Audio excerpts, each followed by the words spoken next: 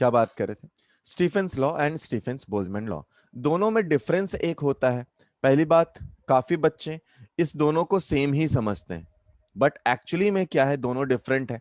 जब हम लोग एक सिंगल बॉडी से टेम्परेचर टेम्परेचर चेंज की बात करते हैं या रेडिएशन की बात करते हैं, जहां पे सराउंडिंग का टेम्परेचर को आप कंसिडर नहीं करते हैं, तो वो कौन सा लॉ है? वो स्टीफेंस लॉ है।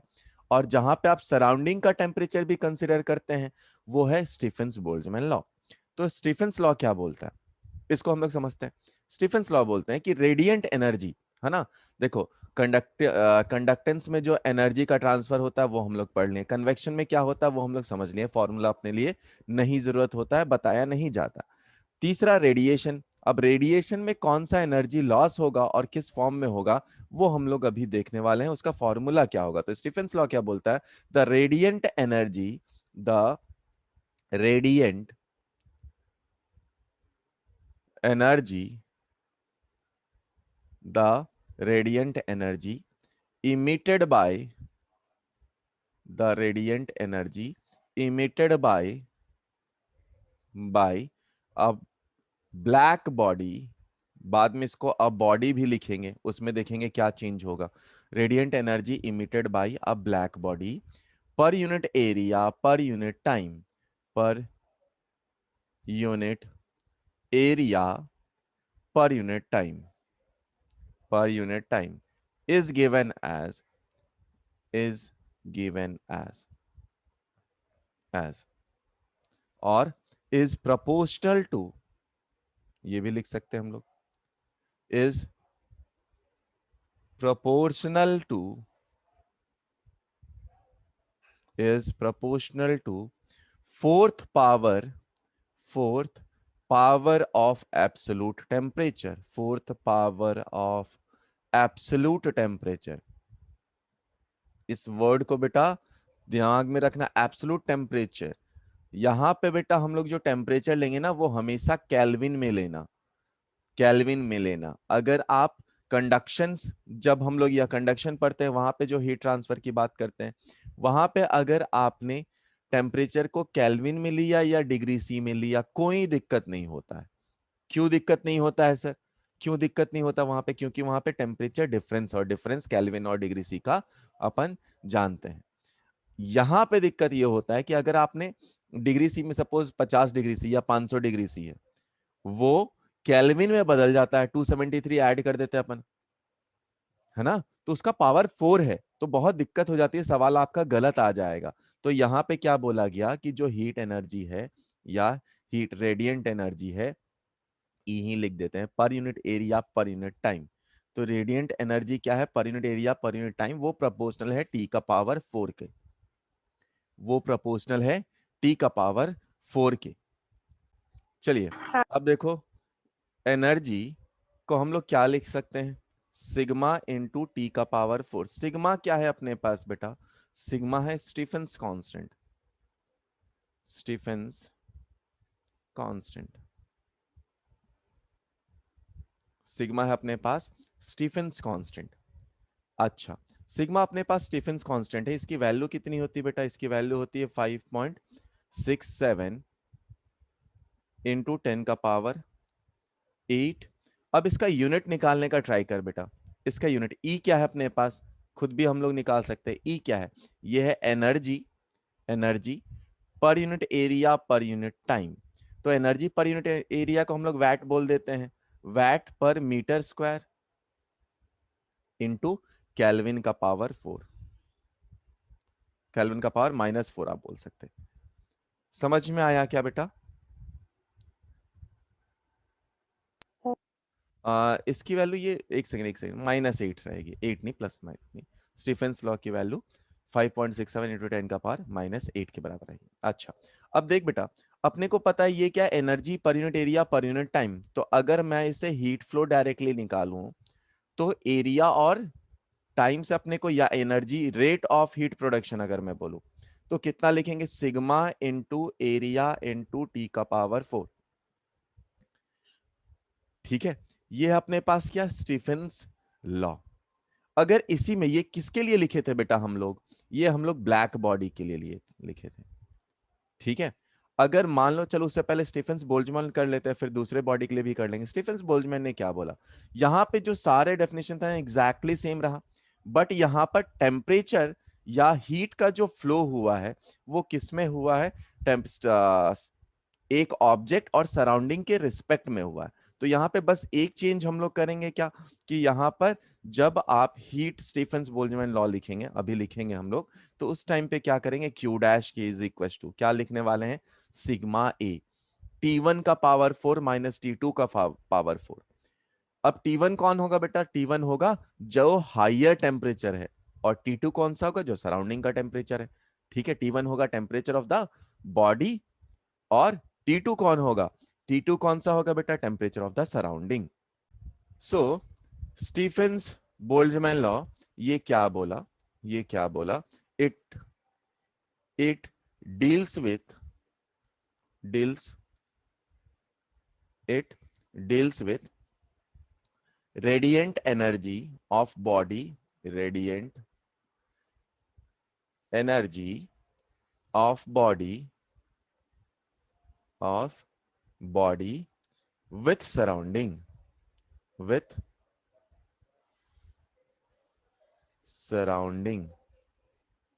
ठीक है, तो यहां पे अगर हम लोग रेट ऑफ हीट फ्लो अगर लिखें तो कितना हो जाएगा, सिग्मा ए इंटू T1 का पावर 4 माइनस T2 का पावर 4। और T1 क्या है, T1 है टेम्परेचर ऑफ द बॉडी, और T2 क्या है, टेम्परेचर ऑफ सराउंडिंग।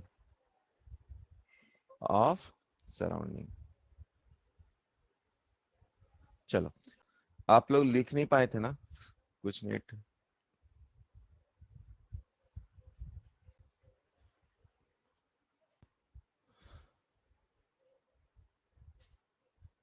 बेटा आप लोग लिख नहीं ना पाए थे कि लिख लिए थे।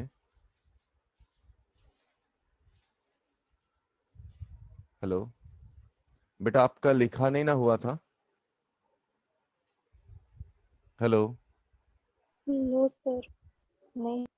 चलो फिर से लिख रहा हूँ, कोई बात। क्या हुआ इसको, जिस दिन क्लास होती है उसी दिन खराब होता है भाई।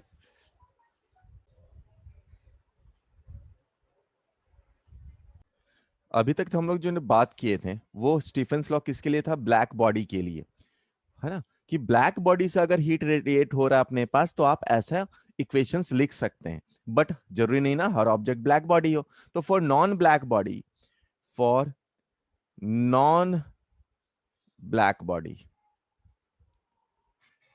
क्यों सर, क्योंकि ब्लैक बॉडी तो मैं भी नहीं हूं, ये पेन भी नहीं है, कैमरा भी नहीं है, कुछ नहीं है ब्लैक बॉडी जो हम लोग अभी देख रहे हैं आसपास में, बट फिर भी ये हीट रेडिएट कर रहा। तो नॉन ब्लैक बॉडी के लिए भी कुछ रहना चाहिए, यानी नॉन ब्लैक बॉडी के लिए हीट रेडिएशन जो लिखा गया उसको लिखा गया इमिसिविटी, ई को बोला जाता है इमिसिविटी, इंटू सिग्मा इंटू ए इंटू टी का पावर 4। ई क्या है, ई है इमिसिविटी।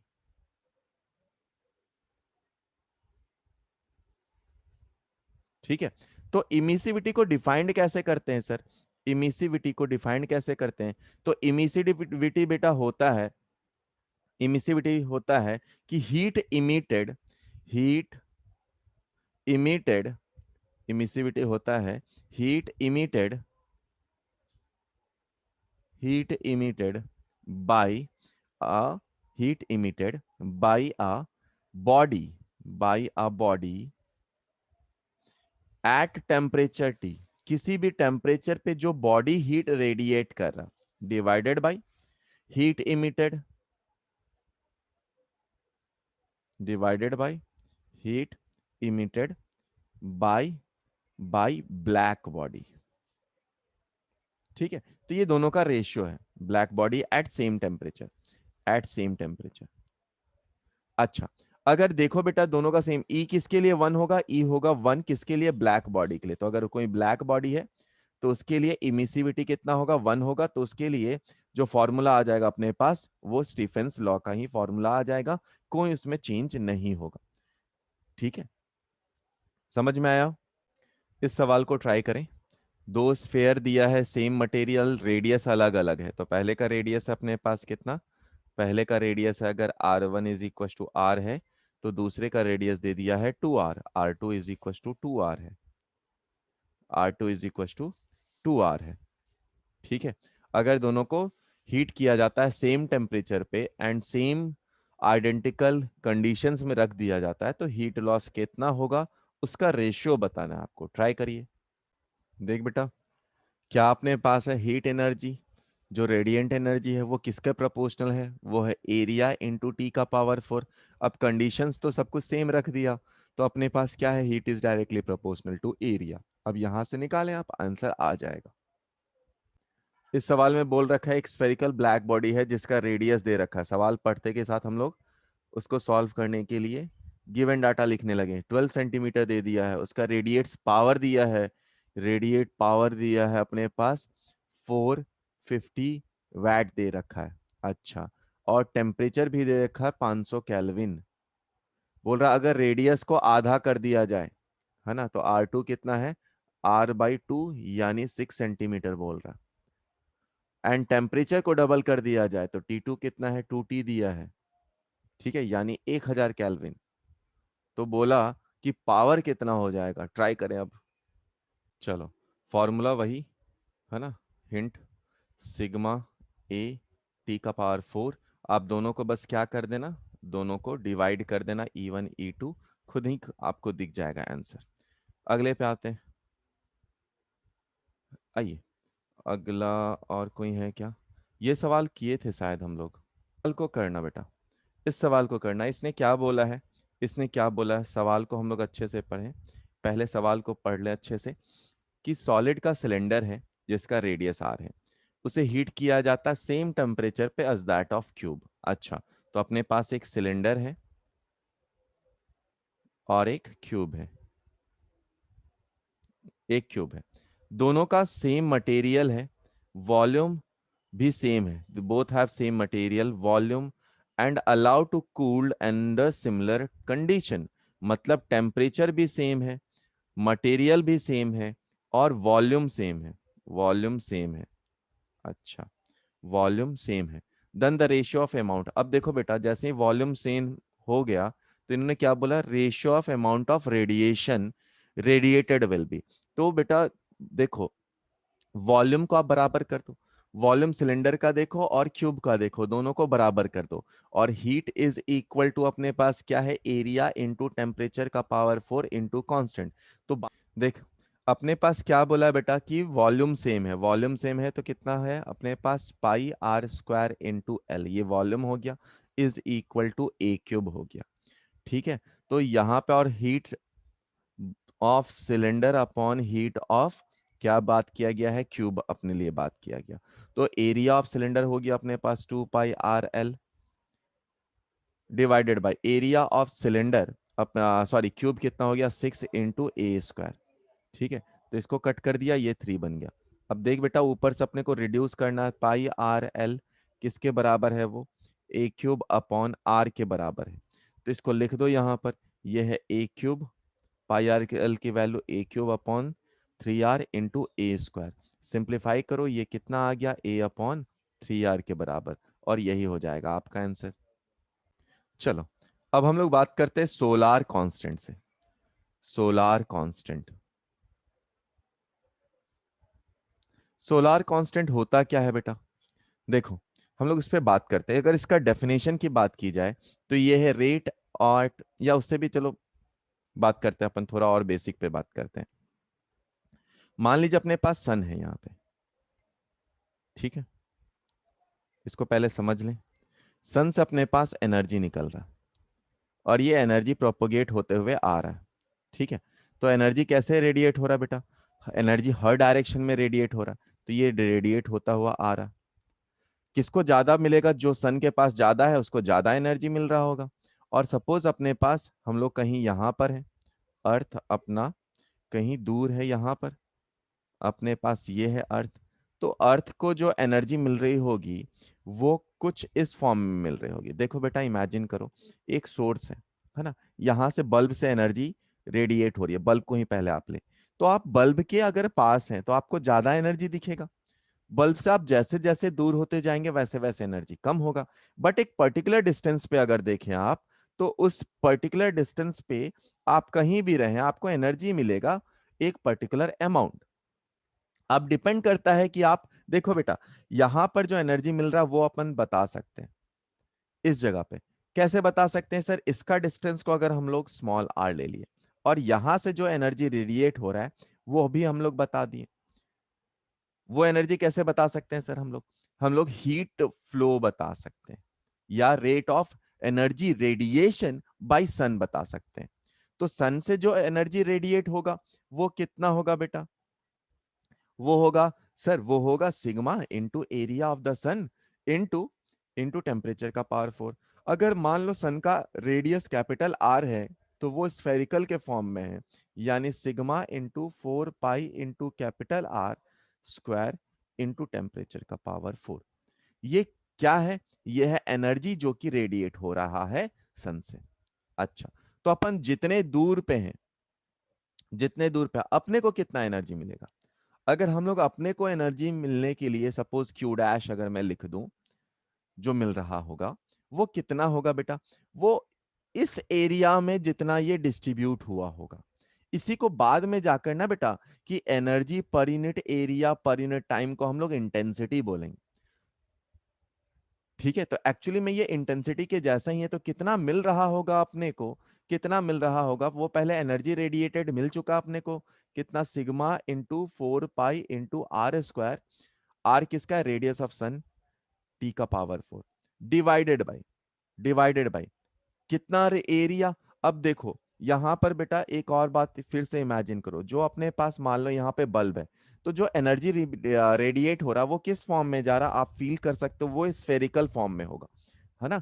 तो एनर्जी जो रेडिएट हो रहा है वो बेटा स्फेरिकल फॉर्म में है, स्फेरिकल फॉर्म में। तो कई बार यहाँ पर बच्चे कंफ्यूज हो जाते हैं कि सर एरिया कौन सा लेना है, एरिया कौन सा? पॉइंट सोर्स अगर है अपने पास तो ये एरिया क्या है? 4 पाई स्मॉल आर स्क्वायर। अब यहां से आप क्यू डैश को निकाल सकते हैं, है ना? कैसे निकाल सकते हैं अपन? ये कितना है? Sigma into R square into T का power 4 upon small R square. ठीक है बेटा, तो देखो ये एनर्जी अर्थ को मिल रहा। अब अगर हम लोग यहां पर टोटल एनर्जी कितना अर्थ को मिल रहा है, तो यहां पर अर्थ का एरिया से मल्टीप्लाई कर देंगे तो वो अर्थ के लिए जो एनर्जी मिल रहा है वो बता सकते हैं अपन। ठीक है, तो कई बार सवाल बोला जाता है कि टोटल एनर्जी एब्जॉर्ब बाय अर्थ। अगर मैं बोलूं टोटल एनर्जी एब्जॉर्ब्ड बाय अर्थ, देख बेटा ये जो एनर्जी क्यू डैश निकाले हैं वो आप किसी भी पॉइंट पे रहें जो कि सेम डिस्टेंस पे हो उसके लिए सेम है। बट अगर हम लोग बात करें कि ये छोटा सा जो ऑब्जेक्ट है ये क्या आया है, जो हम लोग निकाले हैं अभी एनर्जी पर unit area per unit time है, तो अर्थ को कितना एनर्जी मिल रहा है अगर वो लिखा जाए कि एनर्जी एब्जॉर्ब बाय अर्थ, तो वो क्या होगा? Q dash into area of earth, area of अर्थ। ठीक है, तो मान लो अर्थ का रेडियस को मैंने एक्स लिख दिया, तो क्यू डैश को क्या लिख सकते हैं हम लोग? Q dash sigma into R square upon R square into T का power 4 into area of earth 4 pi X square. ठीक है, अब इसमें से भी बेटा आप एक बात समझ सकते हो, एक बात समझ सकते हो। देखो एरिया ऑफ अर्थ हम लोग 4 पाई आर स्क्वायर लेते हैं, लेकिन बेटा अपने को क्या पता है कि एक टाइम में जैसे हम लोग यहाँ पे सपोज आप मून अर्थ पे बैठे तो आपको मून क्या दिखता है? उसका एक एरिया कौन सा दिखता है? सर्कुलर एरिया ही दिखता है, पूरा का पूरा मून नहीं दिख पाता अपने को। तो जो एनर्जी भी मिल रहा होगा वो सिर्फ फ्रंट पार्ट को मिल रहा होगा, बैक पार्ट को अभी नहीं मिल रहा, वहां पे रात होगा। तो हम लोग कौन सा एरिया मल्टीप्लाई कर देंगे? पाई एक्स स्क्वायर। ये हो जाएगा एनर्जी जो कि एब्जॉर्ब करा है, कौन? अर्थ किया है टोटल एनर्जी एब्जॉर्ब। अब यहीं से सोलार कांस्टेंट का भी डेफिनेशन निकलता है, तो पहले आप इसको कॉपी कर लीजिए, फिर इसको इरेज करके मैं इसका डेफिनेशन बता देता हूं। ठीक है, कॉपी करिए। चलो, अगर हम लोग डिफाइन करें कि सोलार कांस्टेंट का डेफिनेशन क्या है, तो इसको आप डिफाइन कर सकते हैं। It is it is the radiant energy, it is the radiant, it is the radiant energy it is the radiant energy, या इट इज, रुको रुको रुको रुको रुको, इसको और अच्छे से अपन सिंप्लीफाई करें सोलार कांस्टेंट को. Solar constant, it is the rate at which, it is rate at which the radiant energy from us, from sun, at which the radiant energy of sun reaches, rate at which the radiant energy of sun reaches radiant energy